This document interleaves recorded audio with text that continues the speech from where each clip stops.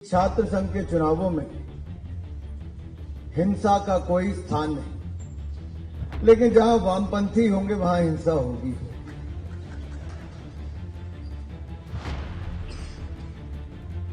लेकिन आपकी जीत की खबर ने माओ से लेकर सोरोस गैंग तक इस जीत से उनको ऐसा सांप सूंघ गया है कि मूर्छित होके पड़े हैं। और इसके बाद आपको इसका असर दिल्ली के डीयू के चुनावों में भी देखने को मिलेगा, क्योंकि माओ से लेकर सोरोस गैंग के जो लोग हैं उनके सारे मंसूबे और सपने चकनाचूर हो चुके हैं। साथियों, आपकी जीत में यही कहूंगा कि देखन में छोटन लगे घाव करे गंभीर। ये लगता होगा कि यूनिवर्सिटी का चुनाव जीते हो, लेकिन इसकी मार इतनी है कि आपको दूर दूर तक इसकी मार देखने को मिलेगी। थोड़ी देर बात करने के बाद मैंने उनसे कहा कि आपका संघ और विद्यार्थी परिषद से कोई नाता है, तो एक ने कहा कि हाँ, पर आपको कैसे पता कि हम विद्यार्थी परिषद में रहे। तो मैंने उनसे बहुत हंसते हुए कहा कि आप में जो सहजता दिखती और सरलता दिखती है और जो संस्कार दिखते हैं वो एक विद्यार्थी परिषद के कार्यकर्ता और संघ के कार्यकर्ता में ही हो सकते हैं, संघ के स्वयं सेवक में ही हो सकते हैं। साथियों, यही हमें दुनिया से अलग करता है। और जिस प्रदेश में, हिमाचल प्रदेश में आता हूं, वहां पर भी एक समय था कि वहां पर माओ और लेनिन की सोच वाले, वहां पर उनका एक तरह से कब्जा भी था और दूषित विचारधारा से उन्होंने हमारी पहाड़ी राज्यों को भी दूषित करने का प्रयास किया था। लेकिन देवभूमि में दानवी विचारधारा का कोई स्थान हो ही नहीं सकता। और साहबजादों की शहादत को वीर बाल दिवस के रूप में आज पूरा देश मनाता है, तो ये भी भारतीय जनता पार्टी नरेंद्र मोदी की सोच। लेकिन दूसरी ओर कुछ ऐसी ताकतें हैं जो वामपंथ और समाजवादी पार्टी हो या कांग्रेस पार्टी हो, ऑपरेशन सिंदूर के समय लश्कर कांग्रेस हो, जिहादे वामपंथ हो या गजवाए लाल टोपी हो, ये डीप स्टेट्स की जो ताकतें हैं उनके साथ मिलकर उनकी उंगलियों के इशारे पर नाचकर ये भारतीय सेना पर ही प्रश्न चिन्ह खड़ा करते थे। साथियों, क्या मजबूरी थी कि लश्कर कांग्रेस को और जिहादे वामपंथ को और गजवाए लाल टोपी को देश विरोधी ताकतों के साथ खड़ा होना पड़े। I assume the office of President of Punjab University Campus Student Council today, that is 11/9/2025 for the session of 2025 and 2026. That I shall abide by the judgment of Honorable Supreme Court of India, legal committee recommendations regarding elections during my tenure, that I shall abide by the rules and regulations of the university as a student as amended from time to time, and shall further abide by the rule of conduct for the member of the councils. That I shall honor and obey the instructions of the Vice Chancellor, Dean University Instructions, Dean Student Welfare, and other officers of the university. That I shall work during my tenure as President of Punjab University Campus Student Council in liaison with Dean of Student Welfare and their staff for the welfare of student community, and shall ensure complete non-violence at the campus. That I shall work for improving the academic standards and reputation of the university, and also to ensure peaceful academic environment of the campus.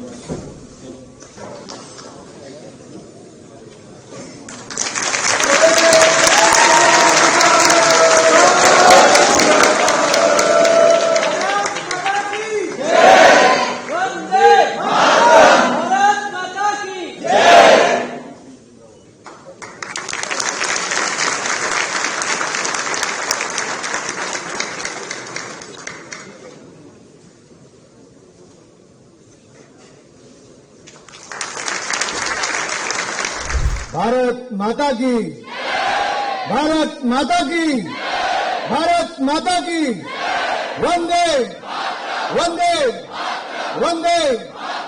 जो बोले सो निहाल। अब लगता है विद्यार्थी परिषद जीती है। मंच पर उपस्थित अखिल भारतीय विद्यार्थी परिषद के राष्ट्रीय महामंत्री डॉक्टर वीरेंद्र सिंह सोलंकी जी, आदरणीय भाई पुष्पेंद्र नेगी जी और विद्यार्थी परिषद के ऐसे सेनापति जिन्होंने 48 वर्षों के बाद जीत दिलाई है, ऐसे हमारे वीर जिन्होंने गौरव दिलाया है, गौरववीर सोहेल,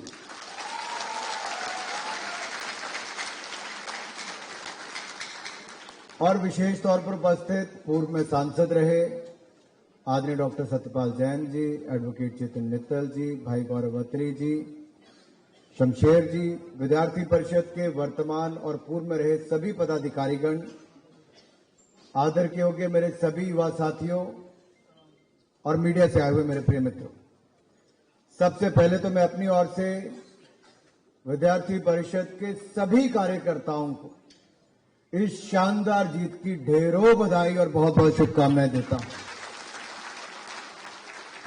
पंजाब और हिमाचल में बाढ़ से बहुत नुकसान हुआ है और वहां पर भी हमारे सैकड़ों कार्यकर्ता जमीन पर राहत देने के लिए काम कर रहे हैं। मैं ऐसे विद्यार्थी परिषद के कार्यकर्ताओं का भी बहुत बहुत अभिनंदन और धन्यवाद करता हूं।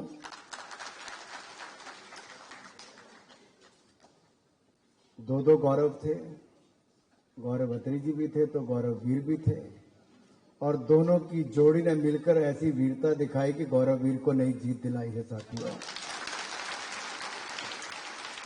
ये खुशी और उत्साह इसलिए भी बहुत महत्वपूर्ण है क्योंकि ये जीत कोई मामूली जीत नहीं है। साथियों, जीत पंजाब यूनिवर्सिटी में हुई है, लेकिन इसका डंका और गूंज आज पूरे देश भर में बोल रहा है, पूरे देश भर में। ये 48 सालों की कठिन तपस्या और समर्पण का परिणाम है कि हमारे एक बार फिर मैं कहूंगा पंजाब यूनिवर्सिटी में राष्ट्रवाद का परचम लहराने का काम ये विद्यार्थी परिषद के कार्यकर्ताओं ने किया है। आपको बहुत बहुत बधाई, क्योंकि 48 सालों में आपने ज्ञान, शील और एकता के मूल मंत्र को भूले नहीं। आप चरित्र निर्माण में भी लगे रहे और अपने जो स्वस्थ राजनीति है आपने उसका साथ कभी नहीं छोड़ा, और आखिरकार पंजाब यूनिवर्सिटी में एबीवीपी का भगवा लहराया है। ये जीत आपने दर्ज की है। ये छात्र हित के साथ साथ राष्ट्र हित की भी जीत हुई है। साथियों, इसके लिए आपको बहुत बहुत बधाई। वैसे तो वीसी मैडम ने जो कहा वो बहुत महत्वपूर्ण था कि छात्र संघ के चुनावों में हिंसा का कोई स्थान नहीं, लेकिन जहां वामपंथी होंगे वहां हिंसा होगी।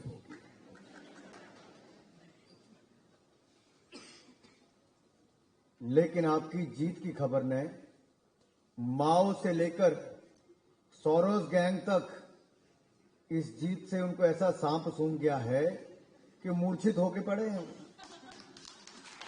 और इसके बाद आपको इसका असर दिल्ली के डीयू के चुनावों में भी देखने को मिलेगा, क्योंकि माओ से लेकर सोरोस गैंग के जो लोग हैं उनके सारे मंसूबे और सपने चकनाचूर हो चुके हैं। साथियों, आपकी जीत में यही कहूंगा कि देखन में छोटन लगे घाव करे गंभीर। ये लगता होगा कि यूनिवर्सिटी का चुनाव जीते हो, लेकिन इसकी मार इतनी है कि आपको दूर दूर तक इसकी मार देखने को मिलेगी। लेकिन जिम्मेदारियां भी बड़ी हैं। ये उसी तरह से जैसे 2014 में प्रधानमंत्री नरेंद्र मोदी ने लाल किले की प्राचीर से कहा था कि गरीब का बैंक खाता खोलेंगे, हिंदुस्तान के करोड़ों लोगों का बैंक खाता खोलेंगे, तो कांग्रेस और विपक्षी दलों ने कहा कि खाता खोलेंगे कैसे, जीरो फ्री अकाउंट फिजिबल नहीं होगा। लेकिन 55 करोड़ लोगों के बैंक खाते मात्र 2.5-3 साल में खुले। आज वो जीरो फ्री अकाउंट नहीं, आज उसमें देश के गरीबों का 2,17,000 करोड़ रुपया जमा है। इंतजार केवल खाता खुलने का था, खाता भरने में गरीबों ने भी कमी नहीं छोड़ी। आज पंजाब यूनिवर्सिटी के छात्रों ने छात्र संघ के चुनावों में विद्यार्थी परिषद का अध्यक्ष पद पर खाता खोला है।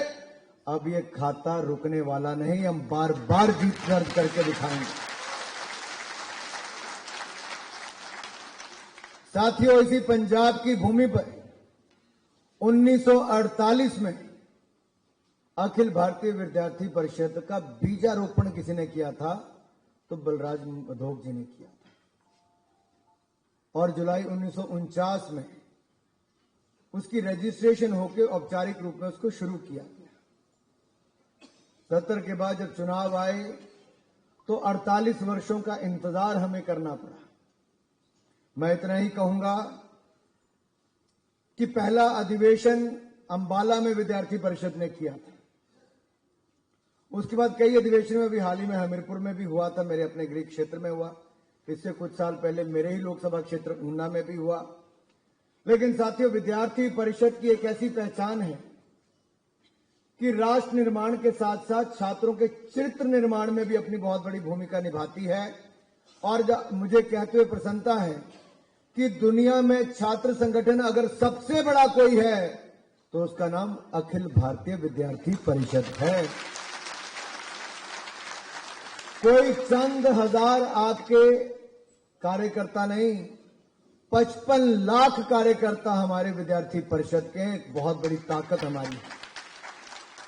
ये केवल विश्व का सबसे बड़ा संगठन नहीं, ये राष्ट्रवाद से प्रेरित विश्व का एकमात्र अनुशासित, संयमित, सशक्त, संगठित, समर्पित और समन्वित छात्र संगठन है। और आप हजारों की भीड़ में भी छात्रों को देख के बता सकते हो कि विद्यार्थी परिषद का कार्यकर्ता कौन है। उसके संस्कार दूर से दिखा देगा कौन विद्यार्थी परिषद का कार्यकर्ता है। और मैं यहां से कई हजार किलोमीटर दूर जब विदेश यात्रा पर था तो 8-10 लोगों का एक छोटी टोली मुझसे मिलने आई। थोड़ी देर बात करने के बाद मैंने उनसे कहा कि आपका संघ और विद्यार्थी परिषद से कोई नाता है? तो एक ने कहा कि हां, पर आपको कैसे पता कि हम विद्यार्थी परिषद में रहे? तो मैंने उनसे बहुत हंसते हुए कहा कि आप में जो सहजता दिखती और सरलता दिखती है और जो संस्कार दिखते हैं वो एक विद्यार्थी परिषद के कार्यकर्ता और संघ के कार्यकर्ता में ही हो सकते हैं, संघ के स्वयं सेवक में ही हो सकते हैं। साथियों, यही हमें दुनिया से अलग करता है। और जिस प्रदेश में, हिमाचल प्रदेश में आता हूं, वहां पर भी एक समय था कि वहां पर माओ और लेनिन की सोच वाले, वहां पर उनका एक तरह से कब्जा भी था और दूषित विचारधारा से उन्होंने हमारी पहाड़ी राज्यों को भी दूषित करने का प्रयास किया था। लेकिन देवभूमि में दानवी विचारधारा का कोई स्थान हो ही नहीं सकता। हिमालय जैसे सफेद है, हिमालय जैसे श्वेत है, वहां पर दानवी विचारधारा का कोई स्थान ही नहीं है।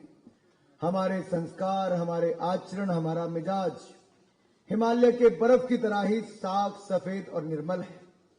और वहां पर भी विद्यार्थी परिषद ने ही इस रक्त और संघर्ष की राजनीति को विराम दिया और वामपंथी विचारधारा से मुक्ति दिलाने का काम किया, तो अखिल भारतीय विद्यार्थी परिषद ने ही वहां पर किया है।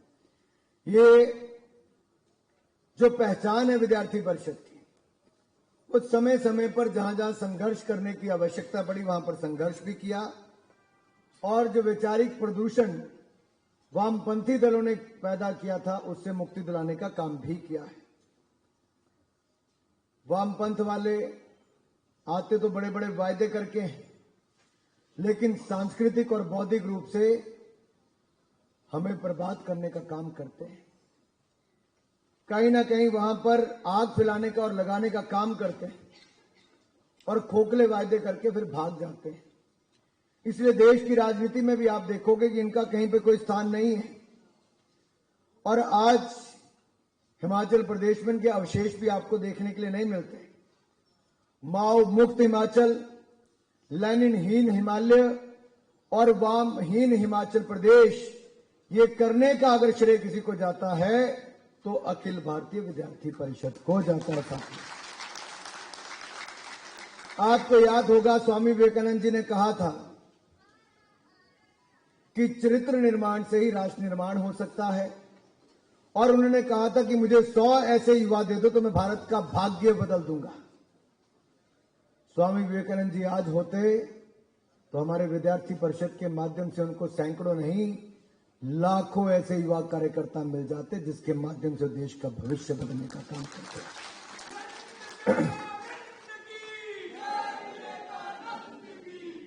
साथियों, एक ऐसे ही कार्यकर्ता जो संघ के स्वयंसेवक से लेकर भाजपा के कार्यकर्ता से लेकर आज देश के प्रधानमंत्री के रूप में अपनी सेवाएं दे रहे हैं, वो देश की नहीं दुनिया के सबसे लोकप्रिय प्रधानमंत्री और नेता के रूप में भी उभरे हैं। अर्थव्यवस्था से लेकर अंतरिक्ष तक भारत को नई ऊंचाइयों और नई उपलब्धियों को देने का काम किसी ने किया है तो प्रधानमंत्री नरेंद्र मोदी के नेतृत्व में किया। मुझे आज भी याद है, आप में बहुत सारे कार्यकर्ता ऐसे बैठे हैं। सुनील जी मैं देख रहा था, सुनील ठाकुर जी अभी यहां पर थे, गुरुप्रवेश शैले जी हैं, बाकी सब यहां पर हैं। मैं जब युवा मोर्चा का राष्ट्रीय अध्यक्ष था तो सन 2011 में 12 जनवरी को स्वामी विवेकानंद के जन्म दिवस पर डॉक्टर श्यामा प्रसाद मुखर्जी की जन्मस्थली से उनकी बलिदान स्थली कलकत्ता से कश्मीर की यात्रा मैंने की। देश के अनेकों राज्यों से वो यात्रा गुजरी और जो पंजाब चंडीगढ़ में यात्रा आई तो शाम के समय मेरा कार्यक्रम पंजाब यूनिवर्सिटी के इसी हॉल में हुआ था। सारा हॉल खचाखच भरा था, उससे दुगनी संख्या में लोग बाहर खड़े थे और हमारा संकल्प एक था कि जम्मू कश्मीर में जो तिरंगा झंडा जलाया जा रहा था, सेना पर पथराव हो रहा था, लाल चौक पर भारत माता को गाली निकालने का काम हो रहा था, हमने कहा था हम उसी लाल चौक पर जाकर तिरंगा झंडा फहराएंगे। और यहां से जो आवाज उठी थी, अब देखिए जब मोदी सरकार बनी तो 5 अगस्त 2019 को सदा सदा के लिए धारा 370-35A को खत्म करने का काम हमारी सरकार ने किया। आज आप कश्मीर के लाल चौक पर जाइए, तिरंगे की रोशनी में हमारा लाल चौक चमकता नजर आता है, तिरंगा झंडा लहराता है। उसी लाल चौक पर कश्मीर के कोने कोने में घरों पर तिरंगा लहराता है, भारत माता की जय की गूंज वहां पर होती है। क्या यह संभव था अगर दूसरी दलों की सरकार होती तो? हमारी अपनी सेना पर जब पथराव होता था और उनके मुकदमे भी ठोकने का काम उस समय होता था तो अफस्पा कानून को खत्म करने का काम, armed forces special powers act को खत्म करने का काम उस समय की कांग्रेस की सरकार करना चाहती थी। हमारी सेना के जवान मुकदमे लड़ते कि आतंकवादियों से लड़ते? क्या सोच थी कांग्रेस की सरकार की? हमने उनके खिलाफ एक छात्र संगठन के रूप में भी तो एक युवा मोर्चा के रूप में भी आवाज उठाई, लेकिन जब हमारी पार्टी सत्ता में आई तो हमने अपने सैनिकों के साथ खड़े होकर उनको भारत में निर्मित हथियार भी दिए, सेना को बुलेट प्रूफ जैकेट भी दी। अरे 10 साल कांग्रेस की सरकार रही, एक बुलेट प्रूफ जैकेट नहीं दे पाई। हमने 2 सालों में 2 लाख से ज्यादा bullet proof jacket make in India देकर काम किया है। साथियों, यही नहीं, अगर आप देखेंगे ऑपरेशन सिंदूर के समय भारत के डिफेंस मैन्युफैक्चर्ड प्रोडक्ट जो मेक इन इंडिया प्रोडक्ट हैं वो भारतीय सेना के काम आए और एक बार फिर पाकिस्तान को पाकिस्तान के अंदर घुसकर मार करने का काम हमारे भारत के वीर सैनिकों ने किया।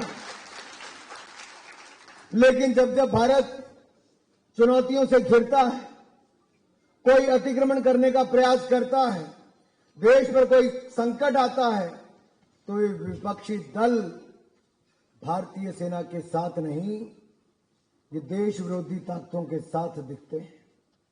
क्या कारण है कि श्रीमान राहुल गांधी जी डोकलाम की घटना के समय चीन के डिप्लोमेट्स के साथ बैठकर चाइनीज फूड और चाइनीज सूप एंजॉय करते हैं, लेकिन हमारे भारत की सेना के साथ खड़े नहीं होते हैं। चाइनीज फंडिंग लेते हैं राजीव गांधी फाउंडेशन में, लेकिन भारतीय सेना के शौर्य पर प्रश्न चिन्ह खड़ा करते हैं। हमसे सबूत मांगते हैं कि भारतीय सेना सबूत देगी। राहुल गांधी जी सुन लीजिए, भारतीय सेना अब सबूत नहीं, आतंकियों को ताबूत देगी।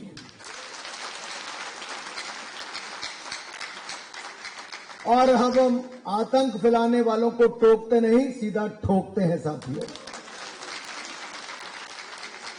इसी देश में हमारे पूर्वजों ने, कई पीढ़ियों ने 500 सालों तक हमारे गुरुओं से लेकर सभी धर्म के लोगों ने भारत में रामलला की जन्मभूमि पर राम मंदिर बनाने के लिए संघर्ष किया। लेकिन रामलला की जन्मभूमि पर दिव्य और भव्य राम मंदिर बनाने का काम भी हमारे समय ही संभव हो पाया। साथियों, ये केवल मंदिर नहीं, ये हिंदू अस्मिता और जन जागरण का एक भव्य स्मारक है। काशी कॉरिडोर को देखिए, बाकी सब देखिए, इसके कारण पर्यटन को भी बढ़ावा मिला है। और जब मैं पंजाब विश्वविद्यालय में खड़ा हूं तो मैं ये भी कहना चाहता हूं, नेहरू जी तो भूल गए थे, लेकिन 75 सालों के बाद नरेंद्र मोदी जी की सरकार ने करतारपुर कॉरिडोर लांगा बनाने का काम भी हमने किया है। हेमकुंड साहब की यात्रा बहुत मुश्किल होती है, वहां पर रोपवे पहुंचाने का भी काम किया है। अफगानिस्तान में तालिबान राज आया, वहां से 3 बड़े जहाजों में हम सिख परिवारों को भी बचाकर लाए, तो अपने 3 गुरु ग्रंथ साहब को भी गुरुद्वारों से बचाकर लाने का काम नरेंद्र मोदी की सरकार ने करने का काम किया। यही नहीं, 550वां प्रकाशोत्सव गुरु नानक देव जी का हो या 400वां प्रकाशोत्सव गुरु तेग बहादुर जी का हो, हमने पूरे देश और दुनिया भर में धूमधाम से मनाया। और साहबजादों की शहादत को वीर बाल दिवस के रूप में आज पूरा देश मनाता है, तो ये भी भारतीय जनता पार्टी नरेंद्र मोदी की सोच है। लेकिन दूसरी ओर कुछ ऐसी ताकतें हैं जो वामपंथ और समाजवादी पार्टी हो या कांग्रेस पार्टी हो, ऑपरेशन सिंदूर के समय लश्कर कांग्रेस हो, जिहादे वामपंथ हो या गजवाए लाल टोपी हो, ये डीप स्टेट्स की जो ताकतें उनके साथ मिलकर उनकी उंगलियों के इशारे पर नाचकर ये भारतीय सेना पर ही प्रश्न चिन्ह खड़ा करते थे। साथियों, क्या मजबूरी थी कि लश्कर कांग्रेस को और जिहादे वामपंथ को और गजवाए लाल टोपी को देश विरोधी ताकतों के साथ खड़ा होना पड़े? क्या इनकी वोट की राजनीति यही है? क्या देश का विपक्ष नैतिक रूप से पूरी तरह से भ्रष्ट और संदिग्ध हो चुका है? कई सवाल आज इनके ऊपर खड़े होते हैं। आज इनको देश पर नहीं, विदेशी ताकतों पर विश्वास है। इनके सलाहकार और मददगार भी इनको ऐसी सलाह देते हैं कि देश की जो संवैधानिक संस्थाएं उनके ऊपर प्रश्न चिन्ह खड़ा करो। चेतन जी, ये तो संवैधानिक संस्थाओं पर प्रश्न चिन्ह खड़ा करते हैं। कभी इलेक्ट्रॉनिक वोटिंग मशीन ईवीएम पर, कभी वीवीपैट पर, तो कभी इलेक्शन कमीशन पर ही प्रश्न चिन्ह खड़ा करते हैं। ये कहते हैं ईवीएम खत्म कर दो तो हम चुनाव जीत जाएंगे। लेकिन कल ही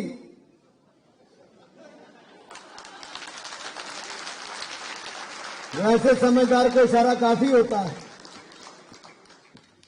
वाइस प्रेसिडेंट का चुनाव हुआ, उपराष्ट्रपति का चुनाव हुआ, बड़ी बड़ी बातें कांग्रेस ने और विपक्षी दलों ने की थी। अंतरात्मा की आवाज सुनकर वोट देना,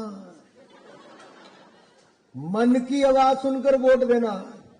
अब मन की बात आ गई और अंतरात्मा की बात आ गई तो लोगों ने कहा देश हित में मोदी को वोट दे दो, और मोदी के उम्मीदवार, एनडीए के उम्मीदवार सीपी राधाकृष्णन जी को रिकॉर्ड मतों से जीत दिलाने का काम किया है और देश को उपराष्ट्रपति दिया। साथियों, अब कांग्रेस वाले कहते हैं और विपक्षी दल कहते हैं हमारी गठबंधन के 15 लोगों ने क्रॉस वोटिंग कर दी। अब वो ढूंढ रहे हैं who is the black sheep, काली भेड़ कौन है। और मुझे लगता है इसका मंथन करने के लिए भी एक नेता को विदेश वापस जाना पड़ेगा घूमने पे, स्कूटर पे फोटो आएगी नजर। कोई कहता है इस पार्टी के नेता ने इसको वोट दिया, उस पार्टी ने इधर क्रॉस वोटिंग की। लेकिन सबसे बड़ी बात तो यह है कि 15 सांसदों ने वोट ही गलत डाला है।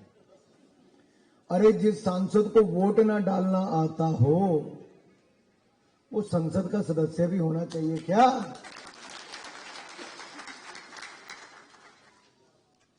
और एक सांसद ने मांग की है कि जिन लोगों ने क्रॉस वोटिंग की है उनको पहचान कर उनके नाम जग जाहिर करने चाहिए। बिल्कुल कर दो। इंडी गठबंधन के पहले ही दल कम हो गए, ये नाम कहीं बाहर आ गए तो सब अकेले अकेले नजर खड़े आएंगे मेरे साथियों। साथियों, सीधा सवाल ये है कि ये जो आज इनकी राजनीति हो गई है कि संवैधानिक संस्थाओं पर प्रश्न चिन्ह खड़ा करो, अधिकारियों को धमकाओ, सेना को बदनाम करो, आर्मी चीफ को गली का गुंडा बोल दो, भारतीय सेना के शौर्य पर प्रश्न चिन्ह खड़ा करो और सड़कों पर खून बहाने की धमकी दो। क्या अगर ऐसा ही लोकतंत्र ये चाहते हैं और संविधान की एक कॉपी तो साथ में लेकर चलते हैं, हाथ में से लहराते हैं, अगर मैं पार्लियामेंट में पूछ लूं पन्ने कितने तो जवाब नहीं देते हैं।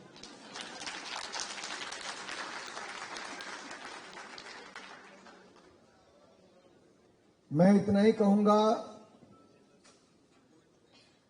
कि विपक्ष की ये जो राजनीति है ये भारतीय लोकतंत्र को मजबूत करने की नहीं, कमजोर करने की है। और गौरव मेरे वीर ही कहते ना पंजाबी एहो जिहा वीर जिन्हें सानू गौरव दिता है। गौरव वीर जिसका भाई हर्षवीर। मैंने कहा तुम तो दोनों अलग अलग दिशाओं में चलते होंगे तो पता नहीं चलता होगा कौन हर।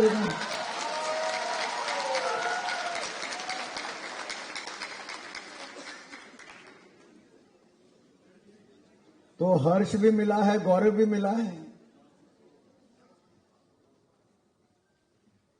गौरवत्री जी ये क्या सेटिंग की थी आपने?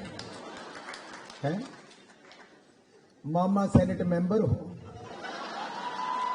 भाई जुड़वा हो, बड़ी फौज आपके पास विद्यार्थी परिषद की हो, पूरा जुगाड़ लगा के चुनाव जीता है भाई।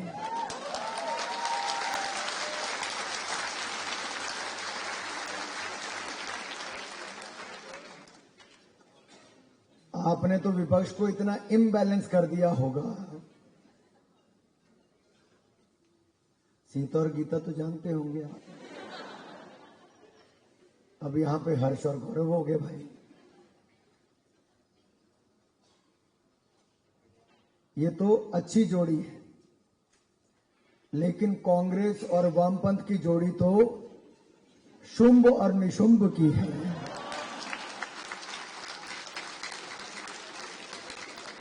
जो पूरे देश में नक्सलवाद का जहर घोलने का काम करते हैं।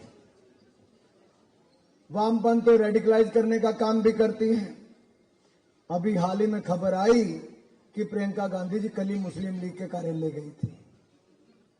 अरे भाई, मुस्लिम लीग के कहने पे आपने देश के 2 टुकड़े कर दिए, अब आप मुस्लिम लीग के दफ्तर में भी जाना शुरू कर दिए।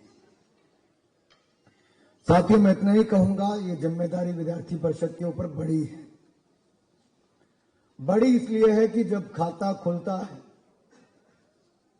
तो जिम्मेदारी बड़ी है, क्योंकि अब हमारी रफ्तार पहले से दुगनी होनी चाहिए और जोड़ने का कार्य हमें करना है। और मुझे खुशी इस बात की है कि गौरववीर ने जब कहा कि हम क्लीनिनेस पे काम करेंगे, हम स्पोर्ट्स को बढ़ाने का काम करेंगे और हम यहां पे सिंथेटिक एथलेटिक ट्रैक लगाकर बड़ी लाइटें लगाने का काम करेंगे, तो मैं आपको विश्वास दिलाता हूं हम इकट्ठे मिलकर इसके ऊपर काम करेंगे।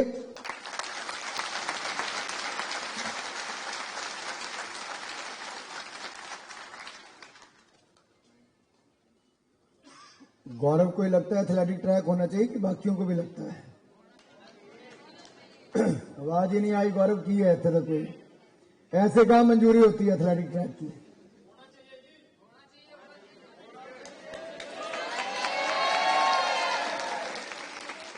लगता है इधर वाले भागने के लिए तैयार हैं, इधर वाले क्या करेंगे भाई? होना चाहिए एथलेटिक ट्रैक कि नहीं होना चाहिए?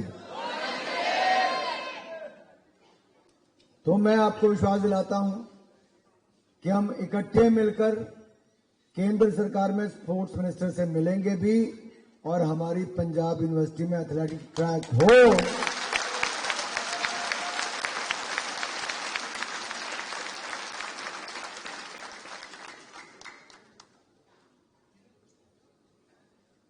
ये लड़ाई धर्म और अधर्म की है और धर्म और अधर्म की लड़ाई थोड़ी कठिन होती है, लेकिन शूरमा कभी विचलित नहीं होते। और इसलिए मैं आपसे कहना चाहता हूं, कौरव चाहे 100 थे,